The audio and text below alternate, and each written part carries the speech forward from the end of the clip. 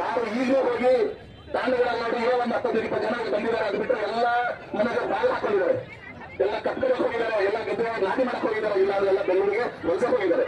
ಅಂತಹ ಬಾಗಿಲು ಹಾಕಿರೋ ಮನೆಗೆ ಹೋಗಿ ಇವರು ಜನಗಣತಿಯನ್ನ ಮಾಡಿ ಅದು ಆ ಜನಗಣತಿಯನ್ನ ಈಗ ಪ್ರಸ್ತುತ ಬೆಲೆ ನಾವು ಜಾರಿಗೊಳಿಸಿ ಅದನ್ನ ಆಧಾರವಾಗಿ ನಾವು ಮೀಸಲಾತಿ ಕೊಡ್ತೀವಿ ಅಂತ ಹೇಳಿದ್ರೆ ಈಗ ನಮಗೆ ನ್ಯಾಯ ಸಿಗುವಂತಹ ಲಕ್ಷಣಗಳ ಅದ ನಮಗೆ ನ್ಯಾಯ ಕೊಡ್ತಾರ ಇವರು. ಹಾಗಾಗಿ ನಾವು ಸರ್ಕಾರಕ್ಕೆ ನೇರವಾಗಿ ಹೇಳೋದಷ್ಟೇ, ನೀವು ಮಾಡಿ ಸುಪ್ರೀಂ ಕೋರ್ಟ್ ಆದೇಶನ ನಾವು ಎಲ್ಲರೂ ಕೂಡ ನಾವು ತಲೆ ಬಗ್ಸಲೇಬೇಕು. ಅದು ಏನ್ ತೀರ್ಪು ಕೊಡ್ತಾರೆ ನಾವೆಲ್ಲ ಬದಲಾಗಿರ್ತೀವಿ. ಆದರೆ ಆ ಏನ್ ನಿರ್ದೇಶನ ಇದೆ, ಕೋರ್ಟ್ ಆದೇಶ ಏನಿದೆ, ನಮಗೇನು SC ಕಮಿಟಿ ಏನ್ ಆದೇಶ ಕೊಟ್ಟಿದೆ ಅದನ್ನ ಪ್ರಸ್ತುತವಾಗಿ ನ್ಯಾಯಬದ್ಧವಾಗಿ ನೀವು ಪ್ರಸ್ತುತ ಮೀಸಲಾತಿಯನ್ನ ಮಾಡಿ, ಏನೋ ಸಾರಿ ಜನಗಣತಿಯನ್ನ ಮಾಡಿ ಆ ಜನಗಣತಿ ಆಧಾರದಲ್ಲಿ ನೀವು ವರ್ಗೀಕರಣ ಮಾಡಿ, ನಮ್ಮದೇನು ಅಭ್ಯಂತರಿಲ್ಲ.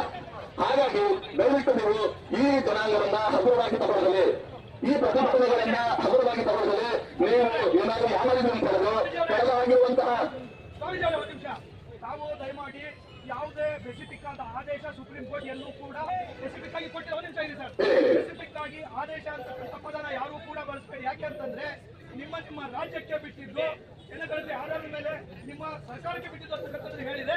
ಕಡ್ಡಾಯವಾಗಿ ಎಲ್ಲೂ ಕೂಡ ಇದನ್ನು ಜಾರಿ ಮಾಡಲೇಬೇಕು ಅಂತ ನಾವು ಜಾರಿ ಮಾಡಿ ಅಂತ ಹೇಳಿದ್ರೆ ಅಂತ ಹೇಳ್ತಾ ಇಲ್ಲ. ಅದಕ್ಕೇನು ನಿಮ್ಮ ಪರಿಗಣ ಏನಿದೆಯೋ ನ್ಯಾಯಬದ್ಧವಾಗಿ ನೀವು ಕೊಡಿ ಅಂತ ಕೇಳ್ತಿರೋದು ನಾವು. ನ್ಯಾಯಬದ್ಧವಾಗಿ ಯಾರಿಗೂ ಅನ್ಯಾಯ ಆಗ್ತಿರೋ ಹಾಗೆ ನೀವು ರಾಜ್ಯ ಸರ್ಕಾರ ವರದಿಯನ್ನ ಕೊಡಿ, ಆ ಕಮಿಟಿಗಾಗಲಿ ಅಥವಾ ಸುಪ್ರೀಂ ಕೋರ್ಟ್ಗೆ ಏನು ವರದಿ ಕೇಳಿದ್ರು ಅದನ್ನ ಕೊಡಿ ಅಂತೇಳಿ. ಹಾಗಾಗಿ ಇಲ್ಲಿ ಪ್ರತಿಯೊಬ್ಬ ನಮ್ಮ ಬಂಜಾರ ಜನಾಂಗದ ಪ್ರತಿಯೊಬ್ಬರೂ ಕೂಡ ಇದನ್ನ ಪ್ರತಿಯೊಂದು ಮನೆಗೆ, ಮಕ್ಕಳಿಗೆ, ನಮ್ಮ ಹೆಣ್ಣು ಮಕ್ಕಳಿಗೆ ಎಲ್ಲರಿಗೂ ಕೂಡ ಮೀಸಲಾತಿಯ ಅನಾಹುತಗಳನ್ನ ಅಥವಾ ಏನು ತೊಂದರೆ ಆಗುತ್ತೆ, ಇದು ಲಾಭ ಏನಿದೆ, ಕಳ್ಕೊಂಡ್ರೆ ಏನಾಗುತ್ತೆ, ಮೊದಲ ಹೇಳ್ಬೋದು ನನಗೆ ಏನೇನು ತೊಂದರೆಗಳು ಆಗ್ತವೆ ಅನ್ನೋದಕ್ಕೆ. ಯಾಕಂದ್ರೆ ಎಲ್ಲ ಇದ್ದು ಕಳ್ಕೊಳ್ಳುವಂತ ನಾನಾಗಿರುವಂತವ್ರು ನಾವಲ್ಲ. ನಮಗೆ 100% ಕೊಟ್ಟು ನಾವು ಬಂದು ಕೆಲಸ ಮಾಡೋದನ್ನ ಮಾಡಿರುವಂತಹ ಜನ ನಾವು. ಅದರಲ್ಲಿ ನಾವು 100% 100% ತಗೊಂಡು ಉದ್ಧಾರ ಆಗೋದು ಇನ್ನು ಯಾವ ಲೆಕ್ಕದಲ್ಲ ಉದ್ಧಾರ ಆಗುವಂತ ಜನ. ಹಾಗಾಗಿ ನಾವು ಸರ್ಕಾರಕ್ಕೆ ಈ ಮುಖೇನ, ನಮ್ಮ ಧರ್ಮಗುರುಗಳ ಮಹಾಸಭಾದ ಮುಖೇನ, ನಮ್ಮ ಇಡೀ ಕರ್ನಾಟಕದ ಜನಾಂಗದ ಮತ್ತೆ ಮುಖ್ಯವಾಗಿ ಶಿವಮೊಗ್ಗ ಜಿಲ್ಲೆಯ ಪ್ರತಿಯೊಂದು ಗ್ರಾಮದ ಮಹಿಳೆಯರ ಪರವಾಗಿ ನಾವು ಹೇಳುವುದಷ್ಟೇ, ದಯವಿಟ್ಟು ಈಗ ಈ ವೇದಿಕೆ ಇನ್ನು ಮಾತಾಡೋದಿದ್ದಾರೆ, ಆ ಮಾತಾಡುವಷ್ಟರಲ್ಲಿ ಜಿಲ್ಲಾಧಿಕಾರಿಗಳು ಬಂದು ಈ ಏನು ಪ್ರತಿಭಟನೆಯ ಮನವಿಯನ್ನ ದಯವಿಟ್ಟು ಸ್ವೀಕರಿಸಲೇಬೇಕು. ಅದು 3 ದಿವಸ ಆದರೂ ಕೂಡ ನಾವು ಮುಂದೆ ಬರುವಾಗಿಲ್ಲ. ಜಿಲ್ಲಾಧಿಕಾರಿಗಳು ಬಂದು ಸ್ವೀಕರಿಸಬೇಕು. ಆಮೇಲೆ ಈ ಜಿಲ್ಲೆಯ ಮಂತ್ರಿಗಳಾಗಿರ್ಬೋದು, ಉಸ್ತುವಾರಿ ಮಂತ್ರಿಗಳಾಗಿರ್ಬೋದು ಅಥವಾ ಮಂತ್ರಿಗಳಾಗಿರ್ಬೋದು, ಅವರು ಬಂದು ನಮ್ಮ ಮನವಿಯನ್ನ ಸ್ವೀಕರಿಸಿ ಅವರಿಗೆ ಸರ್ಕಾರಕ್ಕೆ ಅವರು ಅದನ್ನ ವರದಿಯನ್ನು ಕೊಡಬೇಕಾಗಿದೆ. ಇನ್ನು 3 ದಿವಸ ಆದರೂ ಕೂಡ ನಾವು ಯಾರು ಹೋಗೋದಿಲ್ಲ, ಹೌದಲ್ಲ? ಏಕೆಂದ್ರೆ ನಾವಿಲ್ಲಿ ಕೆಲಸ ಕಾರ್ಮಿಕರ ಕೂಲಿ ಮಾಡೋ ಜನ, ಕೂಲಿಯನ್ನು ಬಿಟ್ಟು ಅವರ ಹೊತ್ತಿನ ಗಳಿಕೆಯನ್ನು ಬಿಟ್ಟು ಇದನ್ನು ಆಫೀಸ್ನಲ್ಲಿ ಕೂತ್ಕೊಂಡಿದ್ದೀವಿ ಅಂತ ಹೇಳಿದ್ರೆ ನಾವು ಕೂಡ ಒಂದು ಟ್ಯಾಕ್ಸಿಂಗ್ ಆಗಿರ್ಬೋದು ಅಥವಾ ನಮ್ಮ ದುಡ್ಡಲ್ಲಿ ನೀವಿಲ್ಲ ಅಧಿಕಾರವನ್ನು ಒದಗಿಸಿ ನಮಗಿಲ್ಲ ಕೇಳಿ ನಮ್ಮ ಕೂಗಲ್ಲಿ ಕೇಳಿಲ್ಲ ಅಂತ ಹೇಳಿದ್ರೆ ತಪ್ಪಾಗುತ್ತೆ. ದಯವಿಟ್ಟು ಈ ಸಭೆ ಯಶಸ್ವಿ ಆಗಬೇಕು ಅಂತ ಹೇಳಿದ್ರೆ ಜಿಲ್ಲಾಧಿಕಾರಿಗಳು ಬಂದು ಮತ್ತೆ ಈ ಜಿಲ್ಲೆಯ ಮಂತ್ರಿಗಳು ಬಂದು ಈ ನಮ್ಮ ಮನೆಯನ್ನು ಸಲ್ಲಿಸಬೇಕಂತ ಹೇಳಿ ನನ್ನ ಈ ಒಂದು ಮಾತನ್ನು ಮುಗಿಸ್ತಾ ಇದ್ದೀನಿ. ಮಹಾರಾಜಕ್ಕೆ